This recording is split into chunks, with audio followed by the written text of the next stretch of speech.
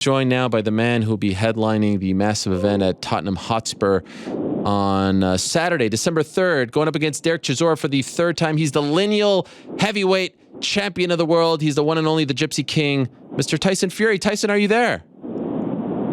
Yes, I'm here. Happy New Year! Get up! Get in, Tyson. Now, I'm hoping that it really is you. This isn't Al Faran pretending to be you, yes? Because usually we do it via Zoom. Yeah, I can't do it via Zoom because I'm on my way to London. Okay. And I wasn't notified about his interviews until about 20 minutes ago. For fuck's sake, Tyson. Who's to blame here? Who do I have to beat up? I say blame Bob Arum. He's 91 years old. Beat the fuck out of him. I don't know about that. I don't think it would be well received, but I appreciate you doing this nonetheless, Tyson. And what's going on? Why are you driving to London? I'm on my way down. I've got a media week for the fight coming up. I've got a public workout tomorrow, and I'm looking forward to getting down there and kicking ass. I look forward to it as well. Can I ask you this to start, Tyson? And I appreciate you joining us as always. Yep. Why are you fighting again? The last time we saw you in the ring, you said you were done. Ultimately, why did you decide, you know what, I want to keep going? I need this. I need this more than I ever thought I'd ever need something. And I still have a lot to give, so here we are, giving again. Giving more blood. When you say you need this, what do you mean by that? Why do you need it? I need it mentally, physically, emotionally. I'm not ready to let it go right now. Hopefully there's going to be, in the short, distant future, there's going to be a time where I'm ready to let it go, but I ain't ready to let it go right now. I was watching Larry Holmes last night, and he was 43 years old, still kicking ass. So, you know, I'm only 34. I was going to say 33 then. I'm only 34. So there's still plenty left in the tank, and for now, I'm not ready to let it go, and we'll see what the future holds, you know. I'm curious how soon after you said in the ring back in April at Wembley that you were done, how soon after you came to the realization, you know what, I'm not ready to let this go. How quickly did that hit you? It was around about 4 months later. I was at home. I did everything I wanted to do. I wanted to spend some time with my family. I wanted to be that father, the kids, the school runs and all that, the dog. I wanted to do all that sort of stuff. And then I realized, like, that's for normal people, and I'm anything but a normal person. I'm like an abnormal alien. So I only thrive when I'm in training camp for a fight. And I really don't know what's going to happen in the future when that is not an option anymore. I'm pretty fucked up, I think. Are you worried about that? Sad thing to say. I'm very worried about it. I'm very worried. Because I can't let go, just like most of the great champions throughout history. Look at Floyd Mayweather, the guy 45 years old, still doing fucking fights against YouTubers and stuff. Right. Because he can't let it go. You know, it's a very difficult thing to let it go. Very difficult. When that music stops, right? I don't know what to do. Yeah, when that music stops and them doors are closed and there's nothing else and the realization hits you that you're retired and you're finished, it's like, oh my God, I need to swim. I need to get up. I need to get back to the air. It was like someone had put me in a room and sucked all the oxygen out of it, and I was fighting for survival. And I found my way back to the top and I was breathing air again. So for now, I'm just going to be very happy and comfortable doing what I do best, that's boxing and training. And we'll see what the future holds for Tyson Fury, because I know that it can't last forever. But, you know, while its sun is shining, I must take advantage and get a tan. And considering how young you were, why were you so adamant about, like, I'll be honest, when you said it, I was like, nah, he's going to come back. There's so many big fights. And also, you've looked so good as of late. Why would you walk away? So why were you so eager to walk away, considering how good you've looked and considering your age? Yeah, you know, I was happy. I wanted to retire. You know, I thought that I could be happy with what I've done and how many fights I've won and the belts I've won and what I've done in my career. I was happy with that. I didn't want to box. But I sort of need to box now. I know I need to box. For the short, distant future, I need to box. You can say I'm young at 34, but let's face it, I've been a professional since I've been 20, and I've been boxing since I've been knee-high. I've got a lot of wear and tear on the joints, and I haven't lived the most cleanest life ever. I've ballooned up in between fights. I've been on drugs. I've been on alcohol. I've ate shit food. I've done all the things that athletes shouldn't do. I'm still 34, so, it's pretty old for the way I've lived my life.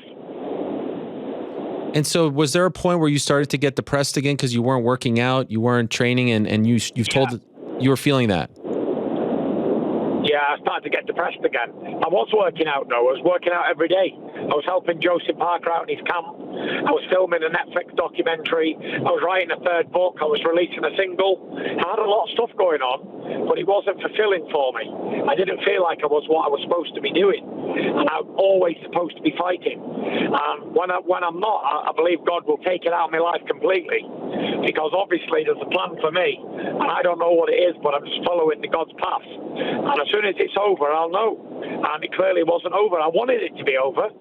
I really did want it to be over. I vacated my Ring magazine title. I even phoned up Mauricio Suleiman and said, thank you very much. I'm happily retired. I don't want to fight no more. And then here we are again. I'm a few days out from a massive fight. So I don't know what's going on. I really don't. But what I know is that I've really enjoyed my training camp. It'll be 9 weeks by the time Saturday comes. I've really dedicated and sacrificed as much as humanly possible for this fight. I've given Derek Chisora the respect he deserves as a fighter, as a competitor.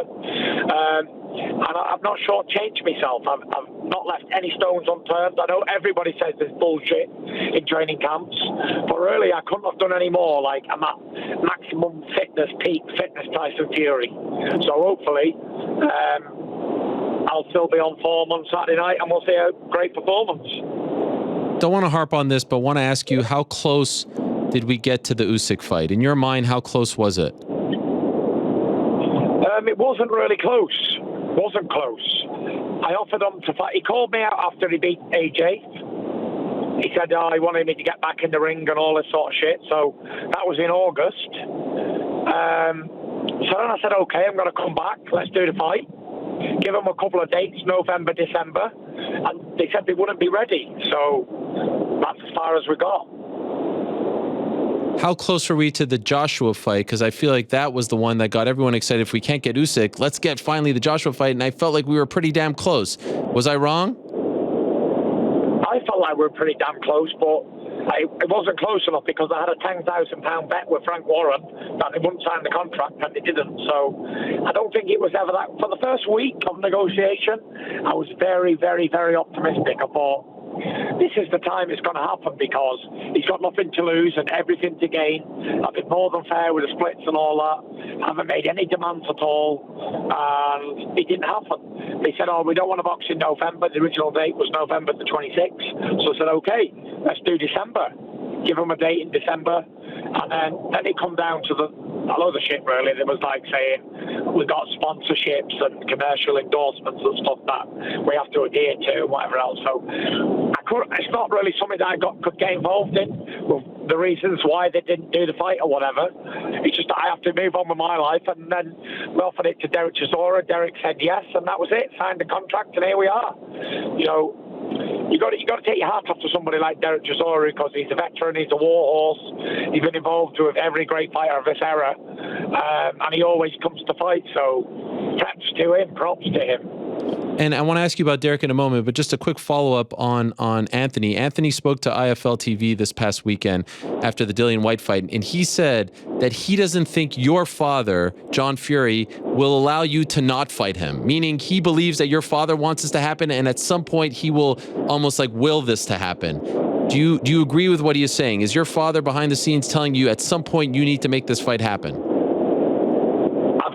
I've tried to make it happen, but it still didn't happen. It's not down to me why this fight's never happened. Who's it down to? I offered him great splits. It's down to the other idiot. He doesn't want to take a fight for whatever reason. So you can take a horse to the water, but you can't make it drink it. And that's it. You couldn't drag him to a ring to fight the Gypsy King. If he was going to do it, he'd have done it for $30-40 million in England in the biggest British fight in history. The date was set, Wembley Stadium, Cardiff, we had it all. But no-go area. Now they're saying they're looking to fight Dillian White instead. So I'm not sure what's going on, but I'm not really interested. Have you ever heard this phrase before? Anthony Joshua can go suck a dick. I'm not I'm sure. not sure if you're familiar with that one. I'm not sure if you're familiar with that phrase in the United States. But in England here we say, go suck a dick. That's Fair. what we say. And just curious, the idiot that you spoke of, is that Anthony or Eddie? That was Anthony. Okay. Yeah. Do you blame Eddie? So you can't blame the promoter. Okay.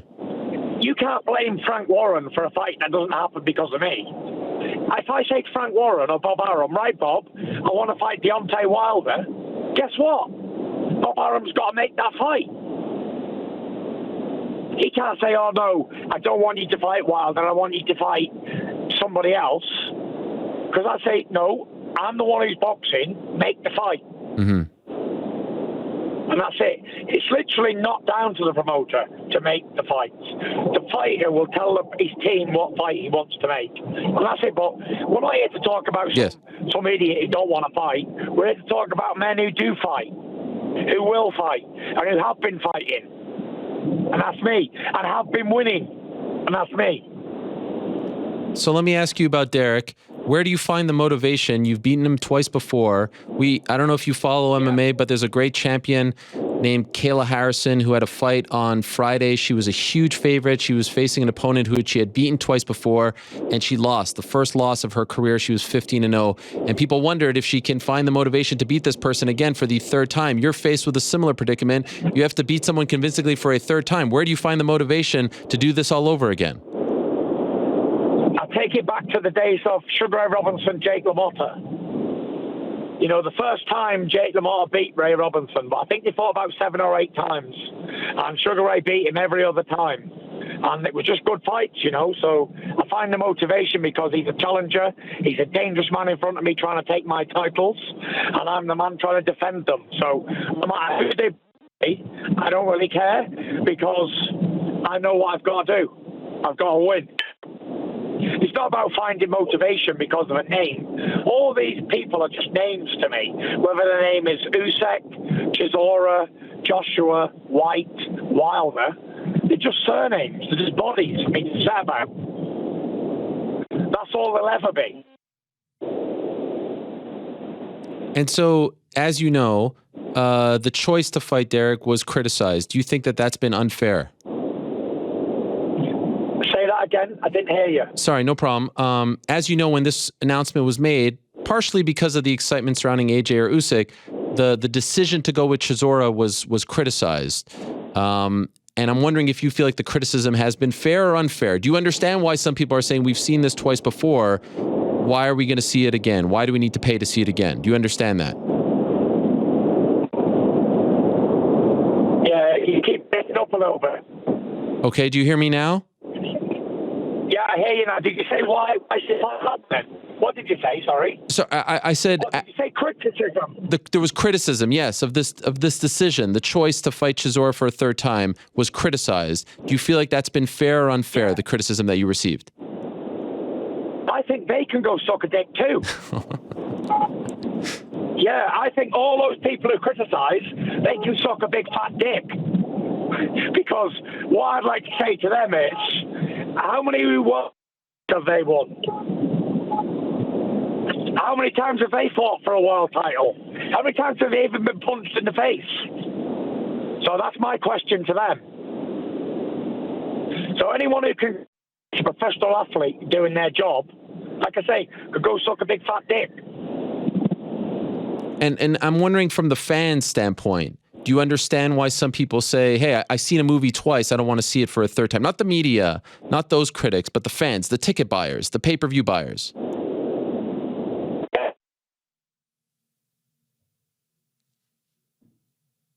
To see it. Sorry, say it again, you cut out there. I said, yeah, I'm not so sure about that because we've sold 70,000 tickets.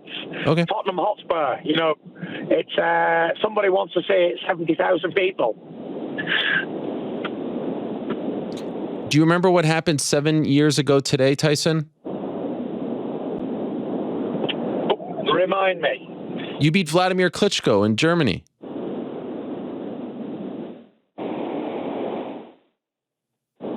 Seven years ago today, you made You shocked the world. Your life changed forever.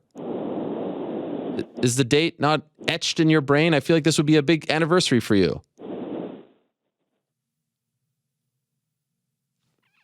Losing him. We had him there for a bit. Oh, he's gone. Is he we'll gone? get him back. Let's try to get him back. Just a few more minutes with Tyson Fury. Had a couple of lines there, not nonplussed, as the great Tony McGregor once said about the criticism. And, brings up a point. 70,000 tickets sold. Seems like people are excited to watch him fight. He's a big favorite going into this fight.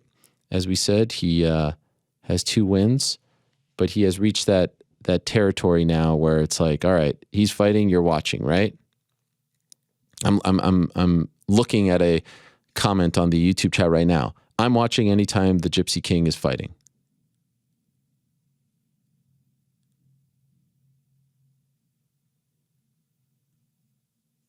And it's on ESPN Plus here in America. BT Sport box office in the UK. Tyson, are you there? Yeah, I'm back. Okay, just a few more minutes with you, and then we'll let you go. Thank you again. I just wanted to know. What was you saying? 7-year anniversary today of me flattening Klitschko. Get up, Slink. Isn't that incredible? Can I ask you this? What is your most sort of clear memory from that night? Like when you think of that night, what pops to your mind right away? That night that changed your life forever. I think it was a shit night, to be honest. I think it was like a curse. It's been a pretty shitty 7 years since. It was a fantastic 27 years leading to it, but a shitty 7 years since. It's almost been a curse beating Vladimir Klitschko. It was obviously an Everest climbed and a heavyweight champion taken out, but it has its pros and cons, for sure. Wait a second. How could it be a shitty 7 years since? Your life, I mean, you've gotten everything you wanted. You became infinitely more popular, on top of the world, selling out stadiums. How could it be shittier since then? You say I've got everything I ever wanted. I never really wanted all the fame and all the shite that comes with being a champion.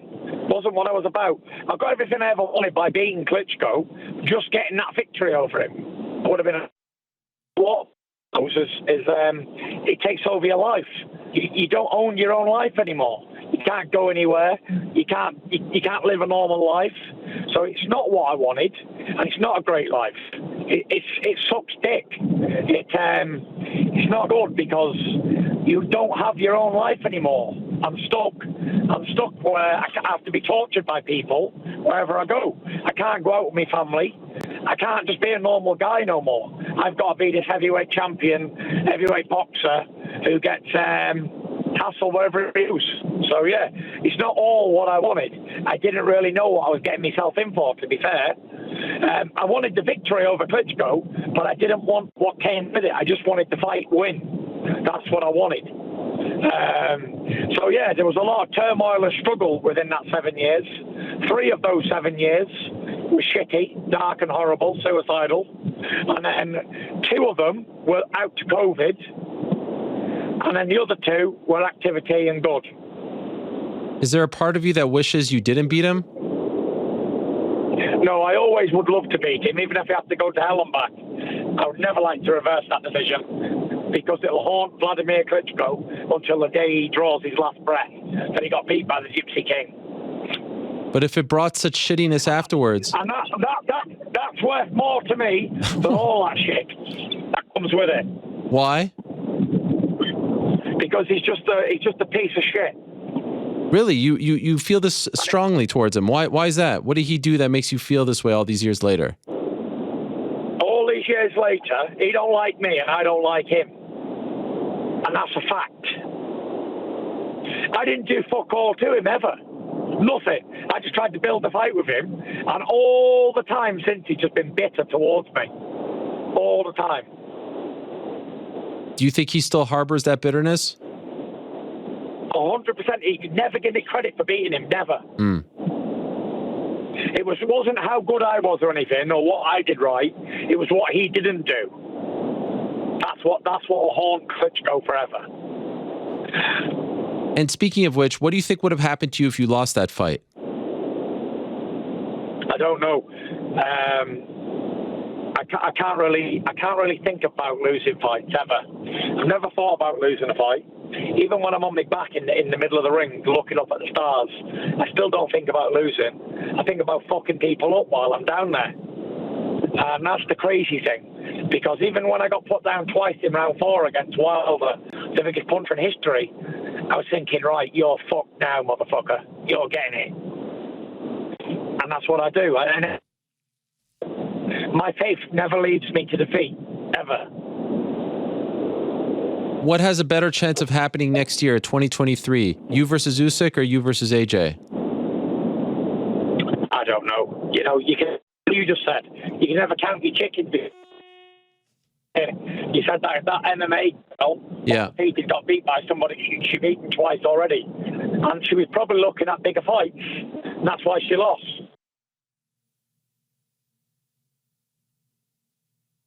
The King's different to the rest of people. I don't overlook people. I'm looking at this fight with Chisora. That's it. That's my world title fight, my defense.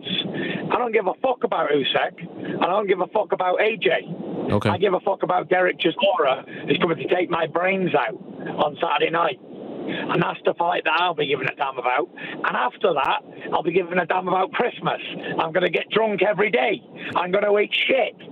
I'm going to be with my family. I'm going to party. You know, I'm going to do what human beings do. I'm going to enjoy the spoils of war. And I'll end on this. Year, yep. Then after all of that, I'll rethink what I want to do after that. Who knows? I might retire again. Oh. Get off! We'll end on this. Who wins in a fight right now? John Fury or Jake Paul? I mean, what a scene it was just a few weeks ago. Your father taking off his shirt. Who has a better chance in a fight right now? I think my dad would rip his heart out and feed it to him. And the man's nearly 60 years old. I think my dad and Jake Paul should have a bare-knuckle fight to the end. That would be something. That would be a spectacle. And I would give $100 to see it, pay-per-view. All right. Maybe your brother first, and then your dad gets him afterwards. We'll see. We'll see. Okay, guys. Tyson, God bless you. Thank you. Good luck on Saturday. There he is, Tyson Fury, the Gypsy King. He is on his way to London right now. Tottenham Hotspur. What a chat that was. It's never dull with him, and that certainly wasn't dull. And I'm looking forward to seeing him back in action on Saturday